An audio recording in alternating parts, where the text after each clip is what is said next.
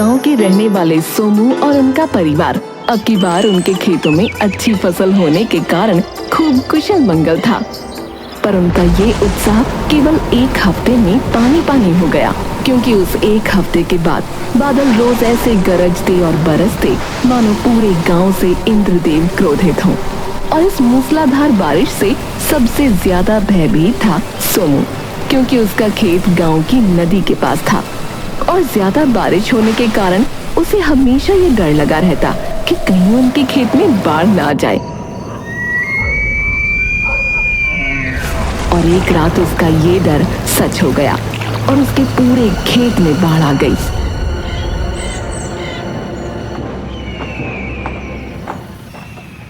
अरे अरे बर्बाद हो गया सब भैया। अरे कृष्ण कन्हैया, अब क्या होगा प्रभु। सोमू को उसके कुछ मित्र और गांव वाले संभालने लग गए। अरे भाई सोमू यार, हिम्मत रखो। ओ यार अपने लिए ना सही, ओ यार अपने बच्चों के लिए खुद को संभाल। अरे बच्चे, अरे मेरे बच्चे तो बर्बाद हो जाएंगे। मेरी बीवी की दवाइयाँ कैसे आएंगी। वो बेचारी तो यूं ही तड़प तड़प के मर जाएगी। ओ यार कुछ नहीं होता भाई सोमू। ओ यार तू हिम्मत ना हार यारा। ओ यार तू एक काम कर, तू मुखिया जी के पास जा, वो तुम्हें अपनी फसलों का मुआवजा जरूर दिलाएंगे यार। हाँ, सही कहा भाई, सही कहा। सोमू तुरंत मुखिया के घर पहुंचा और उसके घर के बाहर खड़ा होकर चिल्लाने लगा। मुखिया जी, अरे मुखिया जी बाहर आइए मुखिया जी।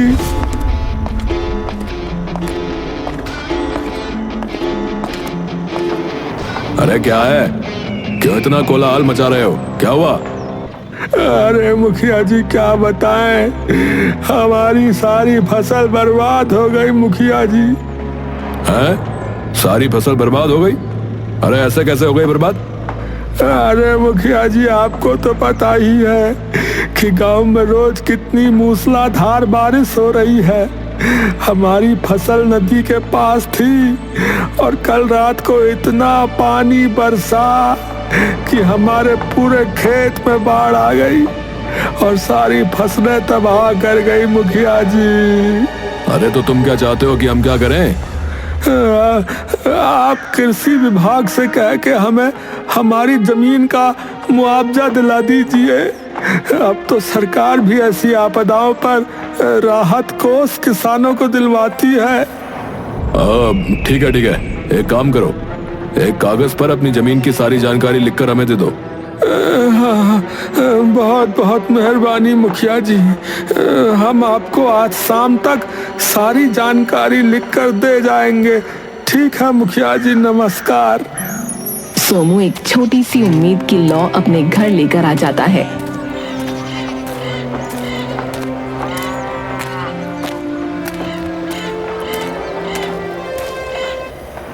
और सभी को ये बात बताता है।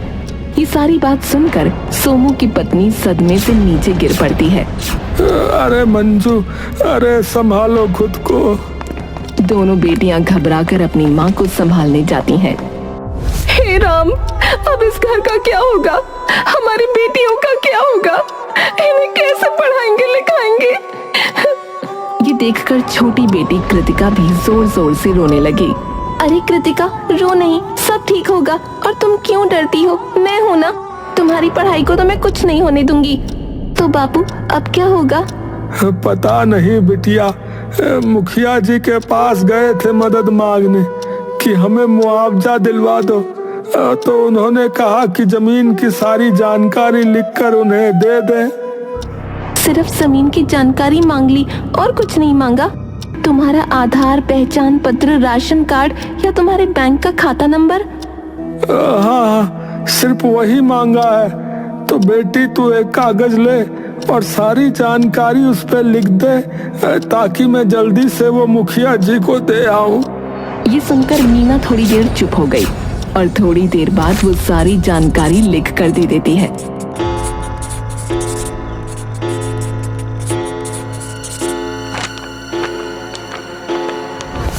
और वो कागज लेकर सोमू फिर से मुखिया के घर पहुंचता है। जैसे ही वो पहुंचा, वो देखता है कि सामने से साइकिल पर अंधा मकसूद दूध लाते हुए आ रहा है और अपनी साइकिल मुखिया जी के मोटे पेट पर भिड़ा देता है। मुखिया ज्यों का त्यों खड़ा रहता है, पर मुखिया के मोटे पेट से भिड़कर मकसूद और उसकी साइकिल पीछे जा गिरती है। अम्मा मियाँ, ये एकदम से गड्ढा कैसे सामने आ गया? अंधे मकसूद कहीं के हैं? अरे कितनी बार बोला है चश्मा लगा ले, हैं? अभी तूने साइकिल मुझ में ही दे मारी है?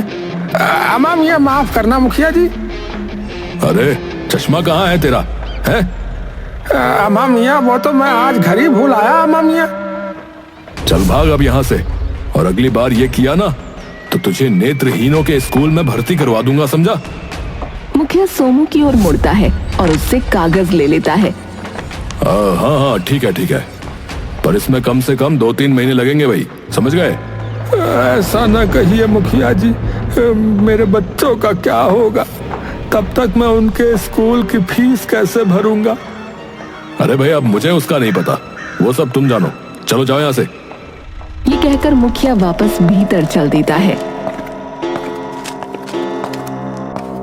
मकसूद वहीं खड़े सारी बातें सुन रहा होता है। अम्मा मियाँ कौन हो भाई? माफ करना, बिना चश्मे के दिखाई नहीं दे रहा। अरे मकसूद भाई, सोमू हूँ। अच्छा सोमू भाई, अरे भाई बहुत दुख हुआ तुम्हारे खेतों का सुनकर। मुखिया जी के घर के दरवाजे के बगल में उनके पालतू कुत्ते का छोटा घर होता है। मकसूद नजरें घुमाकर कुत्ते के घर की ओर देखकर जोर जोर से चिल्लाने लगता है। अम्मा मियाँ, मुखिया जी, वैसे इतना वक्त क्यों लगेगा वैसे? अरे भाई, भाई किससे बातें कर रहे हो? अरे मुखिया जी से। अरे उनका कुत्ता है वहाँ, मुखिया तो कब के अंदर चले गए। अच्छा चलो तुम वो छोड़ो, तुम खुद ही क्यों नहीं कृषि विभाग जाते भाई? अरे हम वहाँ जाके क्या बोलेंगे? बोलो, हमें न लिखना आता है न पढ़ना, तो हम वहाँ जाकर क्या ही करेंगे?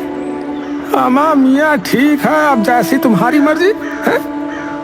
मकसूद अपनी दूध से लदी साइकिल लेकर चला जाता है और सोमू भी वापस घर आ जाता है।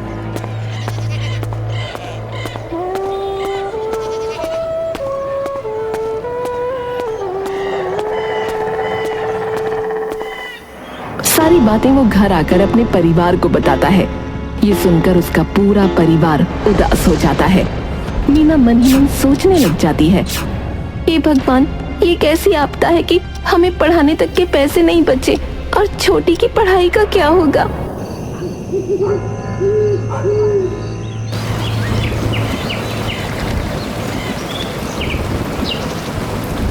अगले दिन सुबह कृतिका रोती हुई मीना के पास आई। दीदी, दीदी देखो ना, ये क्या हुआ? जैसे ही मीना नीचे देखती है तो नजर आता है कि किताबें जो कि पानी में एकदम सनी हुई हैं। अरे ये कैसे हुआ? कृतिका सुबकते सुबकते जवाब देती है, पता नहीं दीदी, कल तक तो ठीक ही थी। मीना जब अंदर जाकर देखती है तो छत के एक छेद से पानी टपक रहा था। हे राम, ये बारिश हमारा पीछा क्यों नहीं छोड़ रही? मीना किताबें लेकर बापू के पास जाती है। बापू भीगी किताबें देखकर हक्का बक्का रह जाता है। ये कैसे हुआ? छत से पानी गिर रहा है। सोमू माथा पकड़ लेता है। हे भगवान, ये कैसा प्रकोप है? बापू सुनो ना, मैं ये कह रही थी कि जब तक मुआवजा नहीं आता तब तक मैं पढ़ाई छोड़ देती हूँ, और थोड़े दिन दूसरों के घर साफ सफाई करके थोड़े पैसे अगर कमा लूंगी तो छोटी की नई किताबें और फीस का खर्चा निकल आएगा ना। अरे नहीं नहीं बेटी, अगर तुमने स्कूल छोड़ दिया तो तेरी पढ़ाई का क्या होगा? नहीं नहीं, ये मैं नहीं होने दूंगा। मैं कहीं ना कहीं से पैसों का इंतजाम कर लूंगा, तू चिंता मत कर। बापू, आपको और काम ढूंढने में वक्त लगेगा, और घर की सफाई करने के लिए तो औरतों की लाइन लगी रहती है, और सिर्फ कुछ दिनों की तो बात है, फिर तो मुआवजा आ ही जाएगा ना। पर तेरी पढ़ाई का क्या होगा बेटी? तुम उसकी चिंता मत करो, मैं काम करने के साथ साथ खुद की पढ़ाई भी करती रहूंगी। पर कैसे? तुम उसकी चिंता मत करो ना। अपनी एक टीचर मिस कामिनी के घर पहुंचती है। उनके घर पहुंचकर वो उनका गेट खटखटाती है। अरे मीना, तुम यहाँ कैसे?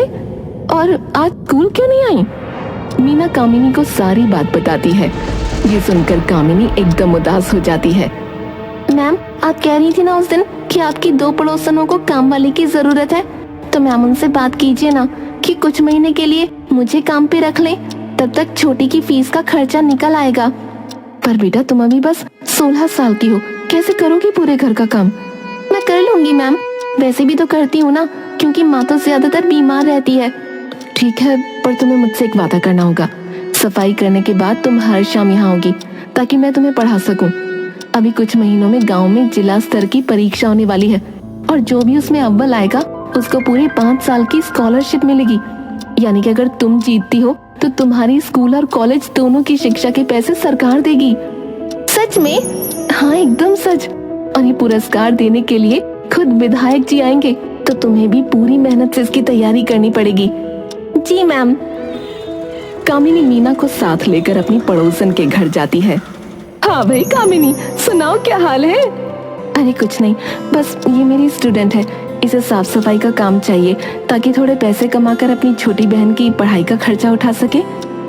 इतनी छोटी उम्र में इतनी समझदारी, बड़ी गुणी हो बेटा तुम तो। सिर्फ गुणी नहीं, अव्वल दर्जे की छात्रा भी है। पूरी कक्षा में सबसे ज्यादा नंबर आते हैं इसके। गुणी और पढ़ाई में तेज, तुम तो खूब नाम रोशन करोगे अपने माँ बाप का। और एक हमारी बेटी कहती है, मम्मी एनवायरमेंटलिस्ट बनना चाहती हूँ, इसीलिए सिर्फ हफ्ते में 1 बार नहाऊंगी। अच्छा सुनो, मैं तुम्हें एक और घर का पता देती हूँ, वहाँ जाके भी तुम एक बार काम पूछ के आना।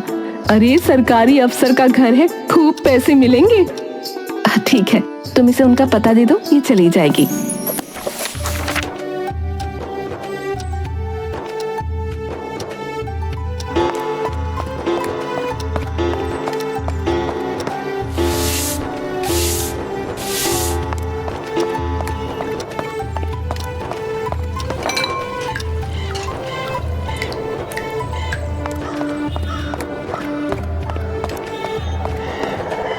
अब 2 महीने के बाद सोनू एक बार फिर मुखिया के घर जाता है। मुखिया जी, अब तो 2 महीने भी हो गए हैं, अब तो बताइए कि कब आएगा मुआवजा। अरे भाई, मुझे क्या पता कब आएगा है? रोज रोज यहाँ आके खड़े हो जाते हो, जाओ यहाँ से। एक बार फिर निराश हो रात को वो घर पहुंचता है।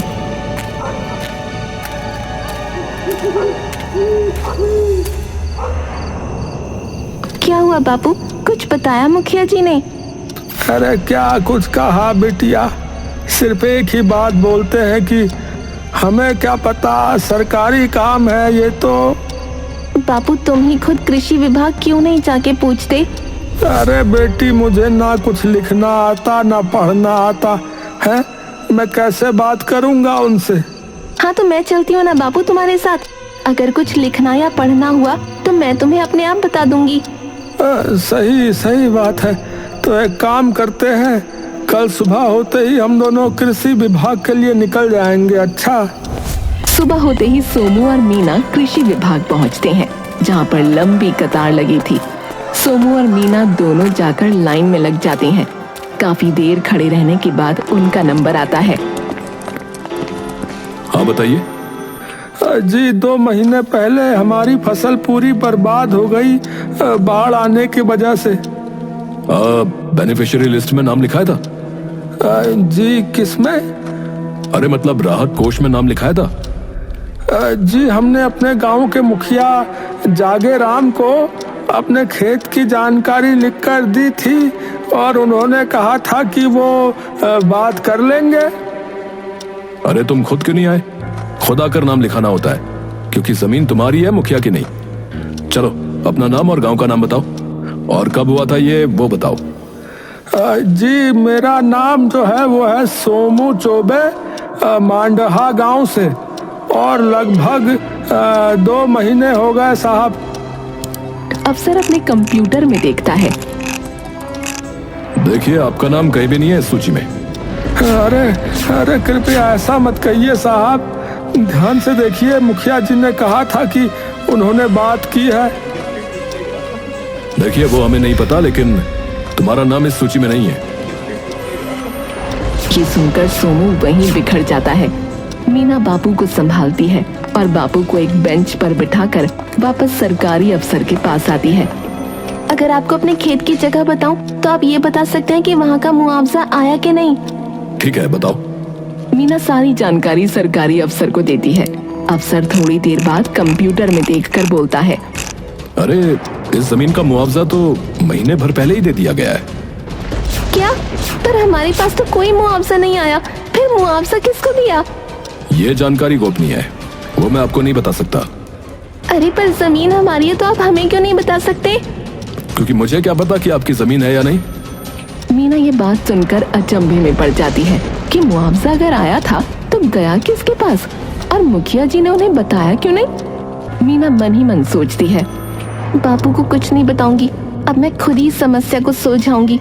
अगर बापू को बताया तो बापू का बुरा हाल हो जाएगा। मीना बापू के पास जाती है। बापू अभी घर चलते हैं, हमारा यहाँ रहने का कोई फायदा नहीं है। तुम पहले जाके मुखिया जी से पूछना कि उन्होंने ये बताया क्यों नहीं। सोमू और मीना वापस घर आ जाते हैं।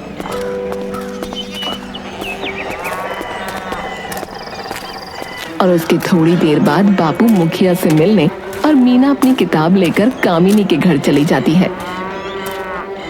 जैसे ही वो वहां पहुंचती है तो जोया भी कामिनी के साथ वहीं बैठी थी। अरे आ गई मेरी राज दुलारी, कहाँ रह गई थी आज? मीना चुपचाप आकर सोफे पर बैठ जाती है और एकदम से रोना शुरू कर देती है। ये देखकर कामिनी और जोया दोनों डर जाती हैं। मीना बेटी क्या हुआ, ऐसे क्यों रो रही हो? मीना इतनी मिलनसार और दिल की साफ थी कि कोई भी उसका मुरीद हो जाता था। जितने घरों में उसने काम किया वो सबकी लाडली बन गई थी, सबसे ज्यादा जोया की। जोया उसे रोता देखकर अपनी छाती से लगा लेती है। मीना मेरी बिटिया रानी, ऐसे क्यों रोई जा रही हो? कुछ तो बताओ, क्या हुआ? मीना दोनों को सब कुछ बता देती है। पर पैसे कहाँ गए फिर? कृषि विभाग वाले हमें बता ही नहीं रहे मैम। पर ऐसे कैसे कोई पैसे ले सकता है? जमीन के कागज तो तुम्हारे पास है। राहत कोष में नाम लिखने के लिए जमीन के कागजात तो देने ही पड़ते हैं। तो पैसे गए कहाँ? थोड़ी देर के लिए जैसे तीनों इस सवाल में एकदम सुन्न पड़ जाते हैं। जिसने भी हमारा मुआवजा हड़पा है मैं उसका पता लगा के रहूंगी मैम, और उससे सारा मुआवजा सूद समेत वापस लूंगी। तुम एक काम करो मीना, तुम मिस्टर कपूर से क्यों नहीं मदद लेती? कौन मिस्टर कपूर?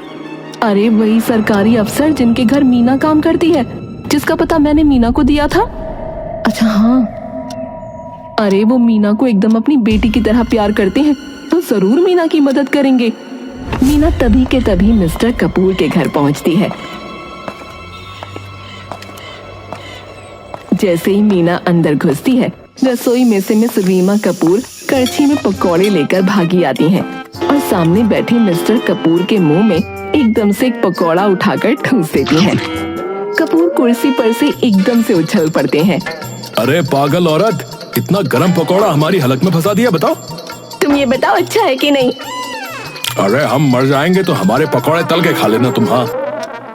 रीमा की नजर मीना पर पड़ती है। अरे मेरी बच्ची मीना, तू इस वक्त यहाँ कैसे? बस कुछ काम से आई थी चाची।